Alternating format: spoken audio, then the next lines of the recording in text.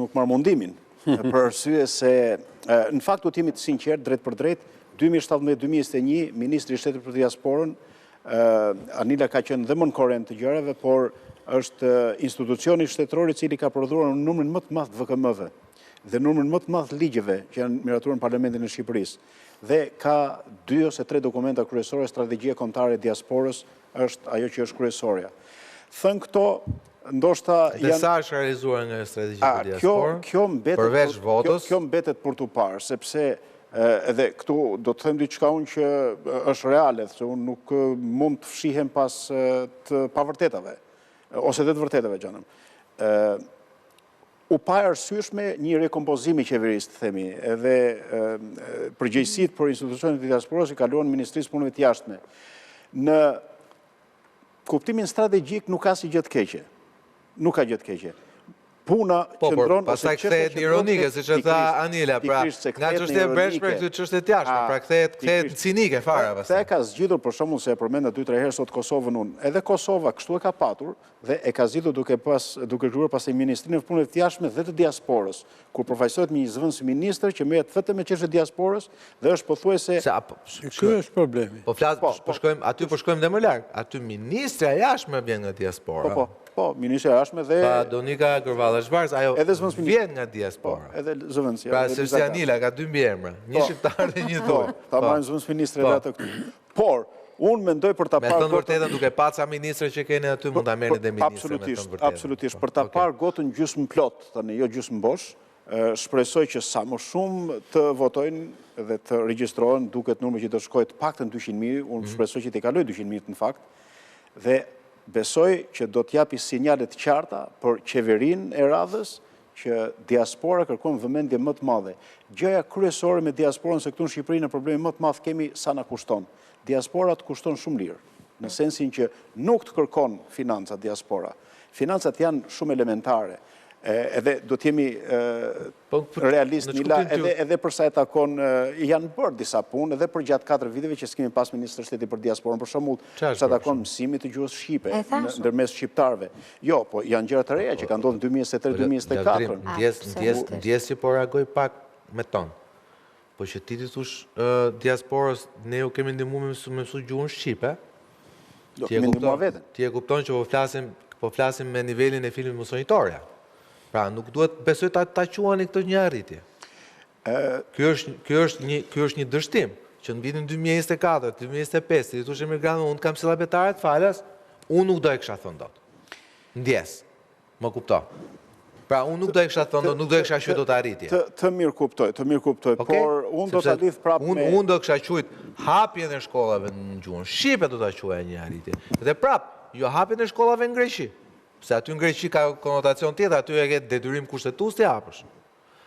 As në Itali ndoshta, ku jeton shumica e popullsisë, po ti shkollat shqip duhet ishin në Amerikë, shkollat shqip duhet ishin në Kanada, shkollat në shkollë shqipe duhet ishin edhe në Australi, me thënë vërtetën, se dhe atje ke shumë shqiptarë, ke mirë shqiptarë që jetojnë. Pra, nuk mund të thush që i kam hapun, kam dhënë në betarën falës dhe ta qush, dhe wow, qa ke bërë, s'ke bërë asgjë. Asnjë s'është mjaftueshme. Sepse ato që suti me abetaren e ka bërë digital pishin 2004-2005 që i dha mundësin shqiptarëve të mësonin, ose s'pako mos harronin, se kjo është nësi, mos harronin gjuhën shqipe. Dhe atëre Dritan Hoxha e ka bërë vërtet me pasion dhe e kishte këtë ide, dhe shkonte për te ide së fitimit apo të përfitimit financiar, sepse ajo ishte një gjë, po mendoj Anila, që ti drejtuara vetë, pra ato që ti paguaje për atë cop Digiboxit, nuk ishte vlerë, ishte vlerë pa çmueshme për ato që ajo merret prej asaj. Pra le të themi kur thua abetaren, këtë mos e shuaj fare, këtë po ta heq aty, kjo nuk quhet. Çka ke bërë që ti edhe veç abetarës? Megjithatë, është diçka që s'ishte bërë më përpara, po e le edhe unë, po e le me kaq. Dakor. Kur të them këtu, mendo qa mendoj për ata para teje. Po, si a vlen të atem. Qa duhet bëjmë një 10 fish, 100 fish më shumë se sa që është bërë, por... Unë mendoj që ju duhet bëni një gjë. Unë mendoj që duhet bëni një gjë. Unë vazhdoj t'i varë, atë se këta zonja dhe zotrit që jetojnë jashtë nuk i detyron do të vinë në Shqipëri. Po s'paku ato që kanë dëshirën dhe vullnetin, dhe unë njoh disa prej tyre. Që kanë shprehur dëshirën, kanë shprehur vullnetin, mund të jetë ego profesionale, mund të jetë ego politike. Edhe janë detyruar. Po duan, kanë dashur të angazhohen. Në fund fare kanë kërkuar takime zyrtare të lartë qeverisë tuaj dhe nuk i ka pritur njëri. Dhe janë njerëz që sot drejtojnë spitale, njerëz që sot drejtojnë institucione, që drejtojnë banka, dhe nuk i pret njeri. Dhe kjo është tur për këtë vend, se ky vend nëse ka nevojë, për një gjë ka nevojë që t'i kthehet truri back, t'i vi mbrapsht truri. Pra nga brain drain bëhet brain gain, pra që truri njerëzit të kthehen dhe t'japin kontributin e tyre në Shqipëri. Qoftë edhe në moshën 50 vjeçare. Pse jo? Kanë arritur andej, kanë arritur gjithçka, duan të japin kontributin këtë vend. Nuk kanë interes as me vjet, as me përfitu, se i kanë llogarit plot, kanë edhe shtëpi që japin me qira, me real estate etj, nuk kanë nevojë edhe përfitime konkrete që të vinë të fitojnë. Këtu po duan që të japin diçka, duan të bëjnë duan të lënë emrin e tyre të vogël modest te ky muri historisë tonë. Ju këto nuk e bëni. Patjetër. Dhe kur them nuk e bëni ju, ata të tjerë nuk e bëjnë as e mendojnë, as ata se imagjinojnë fare. Si shkon as mend. Po juve që ju shkon ndërmend, pse nuk e bëni? E bëjni ke listat e deputetëve, futini aty. Patjetër, edhe është një Apo jo, Martin? Ja, ta ndihmoj pak edhe lavdërimin. Do ta nxjerrësh pak se nga sepi ku e vura. Po, okay. Tani, problemet që tha Nila janë të vërteta dhe duket që ka një regres, por nuk është hataja nëse qeveria nuk do të fokusoj vetëm në disa gjëra sporadike, i përmendet i fjalave vetëm një abetare, gjuha shqipe etj. Sepse gjuhën shqipe jo vetëm që ke detyrim, po në Kosovë e kanë mësuar ilegalisht. Sot, sigurisht, kudo në botë, mund ketë mekanizma për të hapë këto shkollat e tjera. Do më thënë, janë vetëm disa episode këto. Ore, këto shkolla online, shqiptarët bëjnë master në Oxford online. Po. Mundi kesh, nuk ka nevojë që të çosh patjetër, mjafton që të kesh një mësuese që jep online mësimin. Le të jetë edhe kjo drejtoria, sigurisht do të jetë në paktën në Ministrinë e Jashtme në një nivel zëvendësministër. Unë për shembull nuk e di kush merret sot me diasporën. Kush është shefi apo shefja? Unë nuk e di nëse di ti Sokol, po unë nuk e di. Dhe ky fakt di që Ilyas Ani ka vullnetin për të bërë gjëra dhe për të ndryshuar gjëra. Dhe ka një zëvendësministër që merret. Ka një zëvendësministër, po problemi është që mbetet prapë te vullneti. Po ja që unë nuk e di, dhe kjo nuk vjen nga që unë nuk jam interesuar, s'ka pas një problem, por kjo vjen nga që mendoj që nuk ka aktivitet, se po të kishte aktivitet, qoftë mediatik apo politik, unë do t'a njihte, dhe kushdo do t'a njihte, këtë njeri unë që merret me diasporën. Do me thënë, qeveria në këtë rast duhet kritikuar, sepse duhet të ketë një paket të tërë, një libër të madh, po ka një strategji kombëtare. Detyrash për diasporën. A ka një strategji kombëtare? Çfarë është strategjia kombëtare? E kuptoj, po duhet të jetë në një nivel më të prershëm, sepse kur e thua thjesht strategjia kombëtare, është një libër, është dokument i shkruar, Martin. Po pra, është dokument i shkruar. Është dokument i shkruar. Po pra, ku është, ku pasqyrohet, në cilin jo, unë do doja një atë çka kjo strategjia kombëtare, çka kishte si çfarë ka? Pilaret kryesorë, shtyllat kryesore. Strategjia kombëtare kishte do me thënë, kuptohet qasja ose se thush, vizioni kryesor ishte për afrimi i diasporës me vendin nam. Në disa aspekte, qoftë në këtë brain game, qoftë në kulturën dhe trashëgimin pra njohjen sidomos të brezave të dytë me gjuhën, dhe aty duat do me thënë ta mbështes që është bërë goxha punë. Diaspora nuk ka prit shtetin shqiptar që t'ju hapi shkollat shqipe, sepse ke tani me 10 klasa, po themi shqipe, shkolla shqipe, dhe sot kanë ka shku për te, janë jo në shkollat të përgjuhën, po janë dhe shkollat të kulturës, pra të mësojnë edhe kulturën dhe muzikën dhe bëjnë koncertet bukura, pra do më thonë janë bërë ambasador të bukur të kulturës shqiptare që dhe të njihen në vëndet të ndryshme. Por, unë them që fokusi në këtë, do më pjesa folklorike, ka marrë shumë kohë, duke mbuluar, si më thonë është bërë si fasad, e gjithë politikës, pra unë nuk jam kritike në sensin për çdo gjë që është bërë në Shqipëri, duke krahasuar dhe me hapat e shpejta që ka ecë Kosova,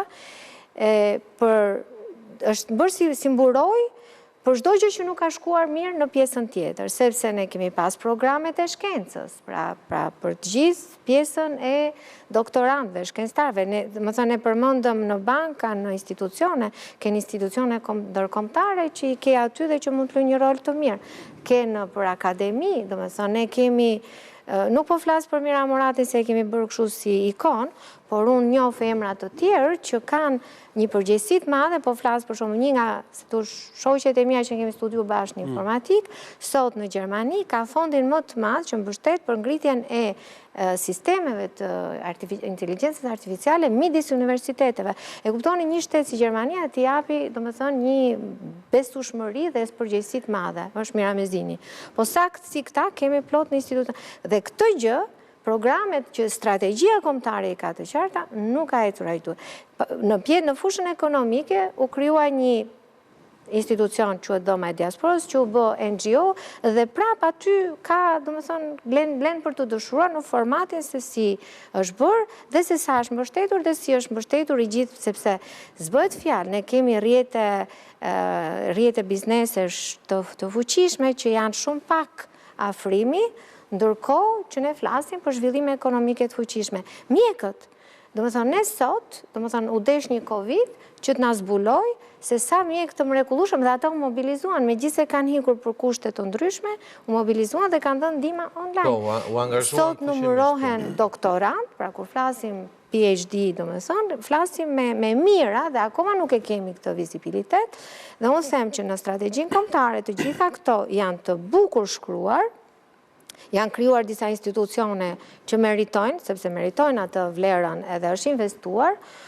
por janë dërtuar dhe ne s'kemi parametra, në momenti që ne nuk kemi parametra të vlerësimit se çfarë është bërë konkretisht dhe si është implementuar kjo strategji, është e vështirë pastaj ta gjykosh shtetin shqiptar dhe thuash çka ka. Rrjeti i ndërlidhjes së këtyre gjërave që janë episode që në të tërë duhet, sepse unë me që Anila jeton në Paris, në Paris besoj, edhe në Paris, bën një miku im që e ndjek në rrjetet sociale, Zamir Mati, me një qendër aty në Paris, domethënë bën shumë më tepër se sa unë nuk e di çfarë aktivitetesh fjalë vjen bën ambasada apo shteti, edhe e njoh përmes sajt. Shiko, jo sepse e njoh dhe kam shok të vjetër, po e njoh shumë mirë Dritan Tolin, ambasador, dhe ai është shumë aktiv etj dhe është mendoj një nga përfaqësuesit më të mirë të Shqipërisë jashtë. Problemi është ambasada është shteti. Përfaqëson shteti. Dhe përfaqëson mundësi që ka shteti. Dhe të gjithë shteti duhet po flas në rastin e Parisit, edhe se mund të jetë ambasada tjetër që ndoshta e madhe. Po e di këtë e njoh ambasadën e Parisit. Të ndërlidhjes së gjithë këtyre episodeve për të bërë në këtë strategjinë apo në gjithë mediatizimin e një aktiviteti që bëhet, por që nuk është asgjë fundi. Këtë rol ka agjencia kombëtare, pra të bëj këtë lidhjen. Tani të kthehemi prapë, dhe unë prandaj them që ka edhe një gërç këtu, sepse diaspora në përgjithësi është apolitike, në sensin që jemi gjithë bashkë, edhe jemi vërtet, domethënë, dhe nuk bëjmë dallim as diaspora e Kosovës. Jo, nuk ka për të na ndarë, nuk besoj. Por ajo që neve unë them, ose siç e mendoj unë, pastaj secili ka mendimet e veta, është që diaspora duke qenë e gjithë popullit, sepse jemi jo pak, po mbi 1.700.000, pra po themi 40% e popullsisë, është andej. Këto institucione, unë them, nuk duhet i takojnë, domethënë, o duhet kesh një ministri të madhe të rëndësishme dhe tjetë e fuqishme e betonizuar, jo me kështu me VKM-ra, ose duhet i takoj një niveli më të lartë, pra të ketë një independencë në mënyrë që dhe afrimi i diasporës bëhet e mirë, që mos të konsiderohet pastaj diaspora të thotë po na marrin, domethënë sepse konsiderohemi të djathtë apo të majtë apo të qendrës apo kujt. Nëse se po bëjmë tash programet e partive, por që kujtohet edhe batute te filmi që thotë çfarë bëni ju në këto humbëtire Elena Mihajlova. Pra ideja kurse për ty lavdrim kanë vetëm prapë një perifrazim tjetër, fasad, lavdrim, fasad. Ideja është të shkoni përtej fasadës apo jo? Unë mendoj që me mundësinë e votës do të shkohet se s'bën, do të bëjnë gjëra më të prekshme, sepse këtë do të kërkoj, do imponoj vota, janë 200.000 vota, dhe çdo qeveri, kurdo që të jetë qeveri pas 11 majit, do të jetë detyruar të reagojë ndaj këtyre të 100.000-ve. Unë pavarësisht se janë përfaqësues i partisë në pushtet, i Partisë Socialiste, por shumë nga shqetësimet, Anila mban mend, po nga 2021 deri në 2023, dera e vetme ku këta mund trokisnin, isha unë dhe Pandeli Majko. S'kishte njëri tjetër. Ky është realiteti. Është vërtet. A më bën mua krenar kjo? Jo, nuk më bën fare. A mund të ishin bërë gjërat ndryshe? Patjetër. Po s'paku ishte një derë. Ka gjithmonë